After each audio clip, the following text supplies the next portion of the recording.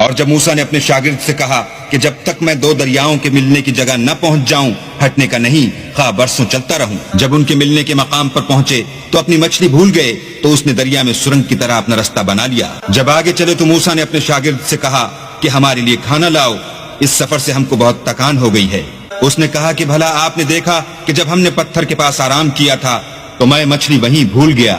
اور مجھے آپ سے اس کا ذکر کرنا شیطان نے بھلا دیا، اور اس نے عجب طرح سے دریا میں اپنا رستہ بنا لیا۔ موسیٰ نے کہا یہی تو وہ مقام ہے جسے ہم تلاش کرتے تھے، تو وہ اپنے پاؤں کی نشان دیکھتے دیکھتے لوٹ گئے۔ وہاں انہوں نے ہمارے بندوں میں سے ایک بندہ دیکھا جس کو ہم نے اپنے ہاں سے رحمت یعنی نبوت یا نعمت ولایت دی تھی، اور اپنے پاس سے علم بخشا تھا۔ موسیٰ نے ان سے جن کا نام خضر تھا کہا کہ جو علم اللہ کی طرف سے آپ کو سکھایا گیا ہے، اگر آپ اس میں سے مجھے کچھ بھلائی کی باتیں سکھائیں تو میں آپ کے ساتھ ہوں۔ خضر نے کہا کہ تم میرے ساتھ رہ کر صبر نہیں کر سکو گے، اور جس